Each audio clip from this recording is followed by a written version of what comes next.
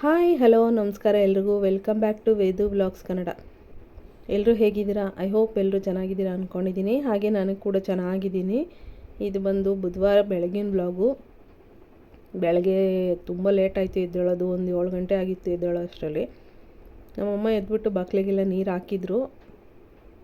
ಬಾಗಿಲಿಗೆಲ್ಲ ನೀರು ಹಾಕಿ ರಂಗೋಲೆಲ್ಲ ಬಿಟ್ಟಿದ್ರು. ನಾನು ಸ್ವಲ್ಪ ಅಂದರೆ ನೈಟ್ ಮಾತ್ರ ನುಂಗಿದ್ದೆ.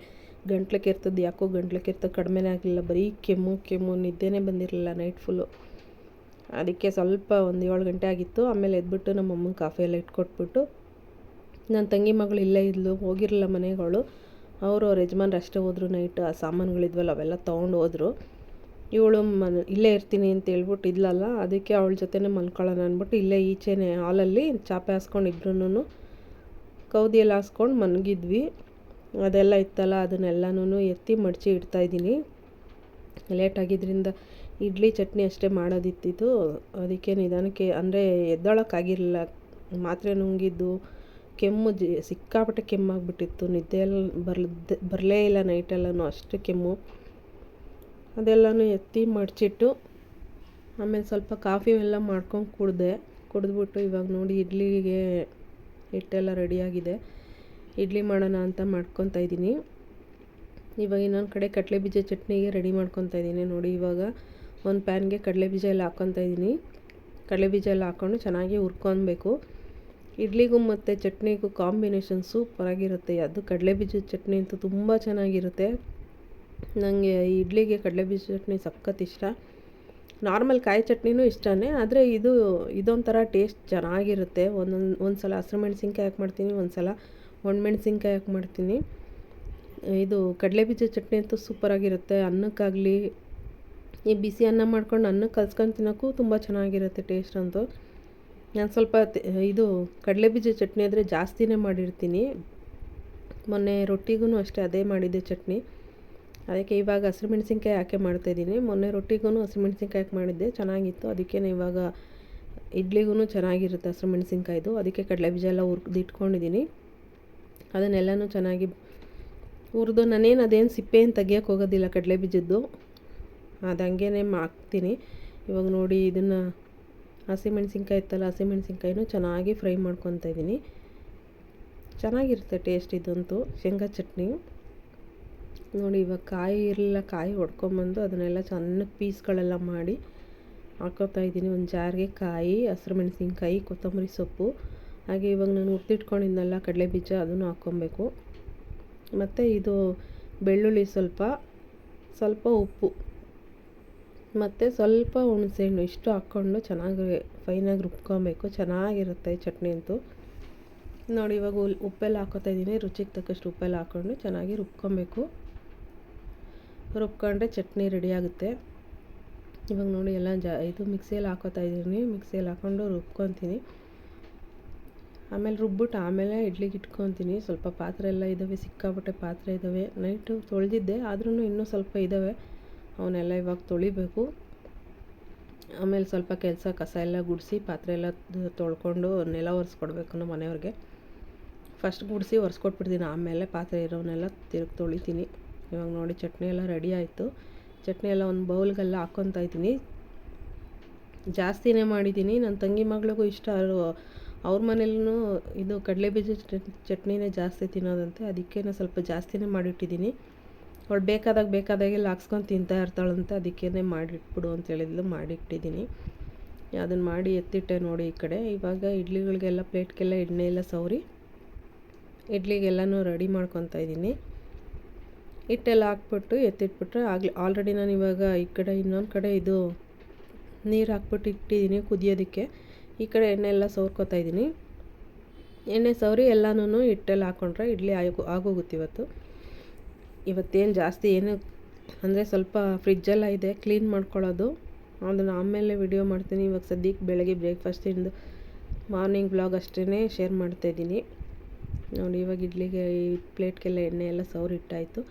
ಹಿಟ್ಟು ಹಾಕಿದ್ರೆ ಆಗೋಯ್ತು. ಮತ್ತು ಅವಳು ನನ್ನ ತಂಗಿ ಮಗಳು ಬೇರೆ ಇರೋದ್ರಿಂದ ಇವಾಗ ಒಂದು ಒಬ್ಬೆ ಆದರೆ ಒಂದು ಸಾರಿ ಬೇಯಿಸಿದ್ರೆ ನಮಗೆ ಸಾಕಾಗೋಗ್ತಿತ್ತು. ಆದರೆ ಇವತ್ತು ಎರಡು ಸಲ ಬೇಯಿಸಿಟ್ಟಿದ್ದೀನಿ. ಯಾಕಂದರೆ ಅವಳು ಮಧ್ಯಾಹ್ನ ಎಲ್ಲ ಬೇಕು ಅಂತ ಕೇಳ್ತಾಳಲ್ಲ, ಅದಕ್ಕೇ ಇವಾಗ ಒಂದು ರೌಂಡ್ ಖಾಲಿ ಆಯಿತು. ಇನ್ನೊಂದು ರೌಂಡ್ಗೆ ನಮ್ಮಮ್ಮ ತಿಂತಾರೆ. ಇನ್ನು ಉಳಿದಿರೋದ್ರಲ್ಲಿ ಕೇಳ್ದಾಗ ಅವಳಿಗೆ ಹಾಕೊಂಡು ಕೊಡೋದಕ್ಕೆ ಸರಿ ಹೋಗುತ್ತೆ. ನಮ್ಮ ಮನೆಯಲ್ಲಿ ನಮ್ಮ ಮನೆಯವ್ರಿಗೆ, ನಮ್ಮಮ್ಮ ಅವ್ರಿಗೆಲ್ಲರಿಗೂ ಇಡ್ಲಿ ಫೇವ್ರೆಟ್ಟು. ನನಗೂ ಇಷ್ಟನೇ, ನಂಗೆ ಆದರೆ ಸಾಫ್ಟಾಗಿರಬೇಕು. ಇಡ್ಲಿನೂ ಅಷ್ಟೇ ಚೆನ್ನಾಗಿ ಸಾಫ್ಟಾಗಿ ಬಂದಿತ್ತು. ಟೇಸ್ಟ್ ಅಂತೂ ತುಂಬ ಚೆನ್ನಾಗಿರುತ್ತೆ. ಇಡ್ಲಿಗೂ ಮತ್ತು ಈ ಕಡಲೆಬೀಜ ಚಟ್ನಿ ಕಾಂಬಿನೇಷನ್ ಅಂತೂ ಸಕ್ಕತ್ತಾಗಿರುತ್ತೆ. ಸಾಂಬಾರು ಮಾಡೋಣ ಅಂದ್ಕೊಂಡೆ, ಕಡಲೆಬೀಜ ಚಟ್ನಿನೇ ಮಾಡಿರ್ತೀನಲ್ಲ, ಇನ್ನು ಸಾಂಬಾರೆಲ್ಲ ಅದು ಅಷ್ಟೊಂದು ಇದಾಗಲ್ಲ. ಇಡ್ಲಿ ಸಾಂಬಾರು ಮಾಡಿದ್ರೆ ಮಾತ್ರನೇ ಟೇಸ್ಟಾಗಿರುತ್ತೆ. ಈ ಚಟ್ನಿಗೂ ಅದಕ್ಕೂ ಕಾಂಬಿನೇಷನ್ ಏನಿರಲ್ಲ. ಅದಕ್ಕೇ ನಾನು ಕಾಯಿ ಚಟ್ನಿ ಮಾಡಿದ್ರೆ ಮಾತ್ರ ಯಾವಾಗಾದರೂ ಸಾಂಬಾರು ಮಾಡಬೇಕು ಅನ್ಸಿದ್ರೆ ಮಾತ್ರ ಮಾಡ್ತೀನಿ. ಇವಾಗ ನೋಡಿ, ಅಲ್ಲೇನೋ ನೀರು ಕುದಿಯೋಕ್ಕಿಟ್ಟಿದ್ದೆ, ನೀರು ಕಾಯ್ದಿತ್ತು. ಇವಾಗ ಇಡ್ಲಿ ಪಾತ್ರೆಗಳೆಲ್ಲ ಇಡ್ಲಿದು ಪ್ಲೇಟ್ಸ್ಗಳೆಲ್ಲ ಇಟ್ಟು ಅದು ಬೇಯಕ್ಕೆ ಇಟ್ಟಿದ್ದೀನಿ. ಅಲ್ಲಿ ಬೇಯಕ್ಕೆ ಇಟ್ಬಿಟ್ಟು ಬಂದು ಇವಾಗೆಲ್ಲ ಕೆಲಸಗಳೆಲ್ಲ ಸ್ಟಾರ್ಟ್ ಮಾಡ್ಕೊತಾ ಇದ್ದೀನಿ. ಆಗಲೇ 8 ಕಾಲಾಗೋಗ್ಬಿಟ್ಟಿತ್ತು. ನಮ್ಮ ಮನೆಯವ್ರು ಸ್ನಾನಕ್ಕೆಲ್ಲ ಹೋಗಿದ್ರು. ಅಷ್ಟರಲ್ಲಿ ಫರ್ನಿಚರ್ದು ಎಲ್ಲನೂ ಜೋಡಿಸ್ಕೊತಾ ಇದ್ದೀನಿ. ಇದು ಕವರ್ಗಳನ್ನೆಲ್ಲನೂ ಒದ್ರಿ ಹಾಕ್ತಾಯಿದ್ದೀನಿ. ಈ ಫರ್ನಿಚರ್ದು ಅದೆಲ್ಲ ಹಾಕ್ಬಿಟ್ಟು ಕಸ ಎಲ್ಲ ಗುಡಿಸ್ಕೊಟ್ಬಿಟ್ಟು ಒರೆಸ್ಕೊಟ್ಬಿಟ್ರೆ ಅವ್ರು ಪೂಜೆ ಮಾಡ್ಕೊತಾರೆ. ನಾನೇನು ಇವಾಗ ಪೂಜೆ ಮಾಡೋದಿಲ್ಲ. ಆಮೇಲೆ ಇನ್ನೂ ಕೆಲಸ ಇದಾವೆ ಸ್ವಲ್ಪ. ಈ ಫ್ರಿಜ್ ಕ್ಲೀನಿಂಗು ಮತ್ತು ಇದು ಫ್ರಿಜ್ ಮೇಲೆಲ್ಲ ಕ್ಲೀನ್ ಮಾಡಬೇಕು. ಸ್ವಲ್ಪ ಇನ್ನೂ ಒಳಗಡೆ ಎಲ್ಲ ಏನಾದರೂ ಇದ್ದರೆ ಅವನ್ನೆಲ್ಲ ಕ್ಲೀನ್ ಮಾಡ್ಕೊತೀನಿ. ಆಮೇಲೆ ಈ ಫರ್ನಿಚರ್ದು ಇನ್ನೂ ಒಳಗಡೆ ಅಂದರೆ ಇದು ಫಾರ್ಮ್ ಇದೆಲ್ಲ ಇರುತ್ತಲ್ಲ, ಅದಕ್ಕೊಂದು ಕವರ್ ಹಾಕಿದ್ದೀನಲ್ಲ, ಅದೆಲ್ಲ ತೆಗೆದ್ಬಿಟ್ಟು ಜಿಪ್ಪೆಲ್ಲ ತೆಗೆದು ಅದೆಲ್ಲನೂ ನಾಳೆ ಹಾಕ್ಕೊತೀನಿ. ಇವಾಗ ಹಾಕ್ಬಿಟ್ರೆ ತಿರ್ಗಾ ಧೂಳೆಲ್ಲ ಕುತ್ಕೊಳ್ಳುತ್ತೆ. ಅದಕ್ಕೇ ನಾಳೆ ಹಾಕ್ಬಿಟ್ಟು ತಿರ್ಗಾ ಅವನ್ನೆಲ್ಲ ಜೋಡಿಸಿ ತಿರ್ಗಾ ಅದಕ್ಕೆ ಹಾಕಿ ಇದು ಮಾಡಬೇಕು. ಅದಕ್ಕೆ ನಾನು ನಾಳೆ ಹಾಕ್ಕೊಂಡ್ರೆ ಧೂಳೇನು ಬರಲ್ಲ. ನಾಡಿದ್ದು ಇನ್ನೂ ಭಾನುವಾರ ಅಲ್ವಾ ಹಬ್ಬ ಇರೋದು. ನಾಳೆ ಹಾಕ್ಕೊಂಡ್ರೆ ಇನ್ನು ಶನಿವಾರ ನೈಟು ಇಲ್ಲ ಭಾನುವಾರ ಹಾಕ್ಕೊಂಡ್ರೂ ಆಗೋಗುತ್ತೆ.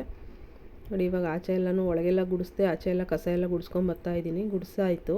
ಇವಾಗನೆಲ್ಲ ಒರೆಸ್ಕೊಂಬಂದ್ಬಿಟ್ರೆ ಮುಗೀತು ಕೆಲಸ. ಆಮೇಲೆ ಅವ್ರು ದೀಪ ಹಚ್ಕೊತಾರೆ. ಇನ್ನು ಆಮೇಲೆ ಉಳಿದಿರೋ ಪಾತ್ರೆಗಳೆಲ್ಲ ನಾನು ತೊಳ್ಕೊತೀನಿ. ನಿನ್ನೆ ಅಂತೂ ಸಿಕ್ಕಾಪಟ್ಟೆ ಕೆಮ್ಮು, ನೈಟೆಲ್ಲನೂ ಕೆಮ್ಮಿನೇ ಅರ್ಧ ಎದೆನೋ ಥರ ಸ್ಟಾರ್ಟ್ ಆಗಿ ಹೋಗ್ಬಿಟ್ಟಿತ್ತು. ಅಷ್ಟು ಕೆಮ್ಮು ಬಂತು. ಮಾತ್ರೆ ನುಂಗ್ಬಿಟ್ಟೆ ಮಲಗಿದ್ದೀನಿ. ಆದ್ರೂ ಇನ್ನೂ ಗಂಟ್ಲು ಕೆರೆತಕ್ಕೆ ಜಾಸ್ತಿನೇ ಸ್ಟಾರ್ಟ್ ಆಗೋಗ್ಬಿಟ್ಟಿತ್ತು. ಇನ್ನು ಇವಾಗ್ಲೂ ಮಾತ್ರೆ ನುಂಗೆ ವಾಯ್ಸ್ ಓವರ್ ಕೊಡ್ತಾಯಿದ್ದೀನಿ. ಆದ್ರೂ ಗಂಟ್ಲು ಕೆರ್ತಾನೆ ಒಂಥರ ಗಂಟ್ಲು ಕೆರ್ತಾ ಇದಾಗ್ಬಿಟ್ಟಿದೆ. ಏನಕ್ಕೆ ಅಂತಲೇ ಗೊತ್ತಾಗ್ತಿಲ್ಲ. ಬಿಸಿನೀರೇ ಕುಡಿತಾಯಿದ್ದೀನಿ, ಆದ್ರೂ ಕಡಿಮೆನೇ ಆಗ್ತಾಯಿಲ್ಲ. ಸರಿ ಹೋಗ್ಬಿಟ್ರೆ ಸಾಕಾಗೈತಿ. ಇವಾಗ ಹಬ್ಬದ ಟೈಮಲ್ಲಿ ಕರೆಕ್ಟಾಗಿ ಕೆಲಸಗಳಿರುತ್ತೆ. ಹುಷಾರಿಲ್ದಂಗೆ ಆದಾಗೆಲ್ಲನೂ ಏನೂ ಕೆಲಸನೇ ಆಗೋದಿಲ್ಲ. ಆದರೂ ನಾನು ಹುಷಾರಿಲ್ಲ ಅಂದ್ರೂ ಮಾತ್ರೆಗಳು ತೊಗೊಂಡು ಕೆಲಸ ಮಾಡಿಬಿಟ್ಟು ಆಮೇಲೆ ಬೇಕಾದ್ರೆ ಮಲ್ಕೊತೀನಿ. ಕೆಲಸ ಅಂತೂ ಉಳ್ಸೋಕೆ ಹೋಗೋದಿಲ್ಲ. ಇವು ಪೆಂಡಿಂಗ್ ಇಟ್ಕೊಂಬಿಟ್ರಂತೂ ಸಿಕ್ಕಾಪಟ್ಟೆ ಕೆಲಸ ಆಗೋಗ್ಬಿಡುತ್ತೆ. ಆವಾಗ ಸುಮ್ಮನೆ ಟೆನ್ಷನ್ ಆಗ್ತಾ ಇರುತ್ತೆ. ಅದಕ್ಕೇ ಒಂದು ಮಾತ್ರೆ ತೊಗೊಂಡು ನುಂಗ್ಬಿಟ್ಟು ಕೆಲಸ ಮಾಡಿಬಿಟ್ಟು ಆಮೇಲೆ ಬೇಕಾದರೆ ಮಲ್ಕೊಂಬಿಡ್ತೀನಿ. ಇವಾಗ ನೋಡಿ, ಇವೆಲ್ಲನೂ ಅಲ್ಲಿ ನೆಲ ಎಲ್ಲ ಒರೆಸಿ ಬಾಗಿಲಿಗೆಲ್ಲ ಅರಿಶಿನ ಕುಂಕುಮ ಎಲ್ಲ ಇಟ್ಟು ಬಾಗಿಲೆಲ್ಲನೂ ಒರೆಸ್ಕೊಂಡೆ. ಆಚೆದು ಇದು ಪಾರ್ಕಿಂಗ್ ಇರುತ್ತಲ್ಲ, ಅದೆಲ್ಲ ಒರೆಸ್ಕೊಂಡು ಇವಾಗೆಲ್ಲ ಪಾತ್ರೆಗಳೆಲ್ಲ ತೊಳ್ಕೊತಾ ಇದ್ದೀನಿ. ಪಾತ್ರೆ ಎಲ್ಲ ತೊಳೆದ್ಬಿಟ್ಟು ಸಿಂಕ್ ಇರುತ್ತಲ್ಲ, ಸಿಂಕನ್ನು ತೊಳೆದ್ಬಿಡ್ತೀನಿ. ಸಿಂಕೆಲ್ಲ ತೊಳೆದ್ಬಿಟ್ಟು ಟಿಫನ್ ಹಾಕೊಂಡು ಕೊಟ್ಬಿಟ್ರೆ ಅವ್ರ ಪಾಡ್ಗೆ ಅವ್ನು ಸ್ಕೂಲಿದೆ, ಎಕ್ಸಾಮ್ ಇದೆಯಲ್ಲ, ಅವ್ನು ಸ್ಕೂಲ್ಗೆ ಹೋಗ್ತಾನೆ, ನಮ್ಮ ಮನೆಯವ್ರು ಆಫೀಸ್ಗೆ ಹೋಗ್ತಾರೆ. ಇವತ್ತು ನಾನೇನು ಹೋಗೋದಿಲ್ಲ. ನನ್ನ ತಂಗಿ ಮಗಳಿದ್ದಾಳಲ್ಲ, ನಾನು ಅವಳು ಮನೇಲೇ ಇರ್ತೀವಿ. ನೋಡಿ, ಇವಾಗ ಇಡ್ಲಿನೂ ರೆಡಿ ಆಯಿತು. ಇವನ್ನೆಲ್ಲನೂ ಒಂದಕ್ಕೆ ತೆಗ್ದಿಕ್ಕೋತೀನಿ. ಇನ್ನೊಂದು ರೌಂಡು ಆಮೇಲೆ ಹಾಕ್ಕೊತೀನಿ. ಅದು ಹಾಕ್ಬಿಟ್ಟು ಎತ್ತಿಟ್ಬಿಟ್ರೆ ಟಿಫನ್ದೆಲ್ಲ ಮುಗೀತು. ಸಾಂಬಾರಿದೆ ಮಧ್ಯಾಹ್ನಕ್ಕೆ, ಅನ್ನನೂ ಇದೆ, ಏನು ಮಾಡೋ ಅಷ್ಟಿಲ್ಲ. ಇನ್ನೆಲ್ಲನೂ ಬರೀ ಕ್ಲೀನಿಂಗ್ ಇವತ್ತು. ಈ ಫ್ರಿಜ್ ಕ್ಲೀನಿಂಗು, ಸ್ವಲ್ಪ ಬಟ್ಟೆ ಎಲ್ಲ ಇದೆ ವಾಷಿಂಗ್ ಹಾಕೋದು, ಅವೆಲ್ಲ ಹಾಕ್ಬಿಟ್ಟು ಫ್ರಿಜ್ಜೆಲ್ಲ ಕ್ಲೀನ್ ಮಾಡ್ಕೊಳ್ಳೋಣ ಅಂತ ಅಂದ್ಕೊಂಡಿದ್ದೀನಿ. ಯಾವ ಥರ ಹೋಗುತ್ತೋ ಗೊತ್ತಿಲ್ಲ, ನೋಡೋಣ. ನೋಡಿ, ಇವಾಗೆಲ್ಲನೂ ತೆಗೆದಿಟ್ಕೋತಾ ಇದ್ದೀನಿ. ಇಡ್ಲಿ ಅಂತೂ ತುಂಬ ಸಾಫ್ಟಾಗಿ ಸ್ಪಾಂಜ್ ಥರನೇ ಆಗಿತ್ತು, ತುಂಬ ಚೆನ್ನಾಗಾಗಿತ್ತು. ನೋಡಿ, ಇವಾಗ ಅವನಿಗೆ ಟಿಫನ್ ಹಾಕ್ಕೊಡ್ತಾ ಇದ್ದೀನಿ, ನನ್ನ ಮಗನಿಗೆ ಹಾಗೂ ಅವಳಿಗೆ ನನ್ನ ತಂಗಿ ಮಗಳಿಗೂ. ಇವಾಗ ಇವ್ರಿಗೆ ಹಾಕ್ಕೊಂಡು ಕೊಟ್ಬಿಟ್ರೆ ಅವ್ನು ತಿನ್ಬಿಟ್ಟು ಅವನು ಹೋಗ್ತಾನೆ. ಇವಳು ನಾನು ಮನೇಲಿರ್ತೀವಿ. ಮಧ್ಯಾಹ್ನ 1 ಗಂಟೆಗೆಲ್ಲ ಬಂದ್ಬಿಡ್ತಾವೆ ನಾನು ವಾಪಸ್ಸು, ಎಕ್ಸಾಮ್ ಮುಗೀತಿದ್ದಂಗೆ. ನೋಡಿ, ಇವಾಗ ನೋಡಿ ಯಾವ ಥರ ಇದೆ, ಒಂಥರ ಸಕ್ಕತ್ತಾಗಿದೆ ಮಾತ್ರ, ಸ್ಪಾಂಜಿಯಾಗಿ ಚೆನ್ನಾಗಿ. ಇಡ್ಲಿ ಅಂತೂ ಸೂಪರಾಗಿತ್ತು. ನಾನು ಇವಾಗ ಅವಳು ತಿಂತಾಯಿದ್ದೀವಿ. ಈ ವ್ಲಾಗ್ನ ಇಲ್ಲಿಗೆ ಎಂಡ್ ಮಾಡ್ತೀನಿ. Thank you so much.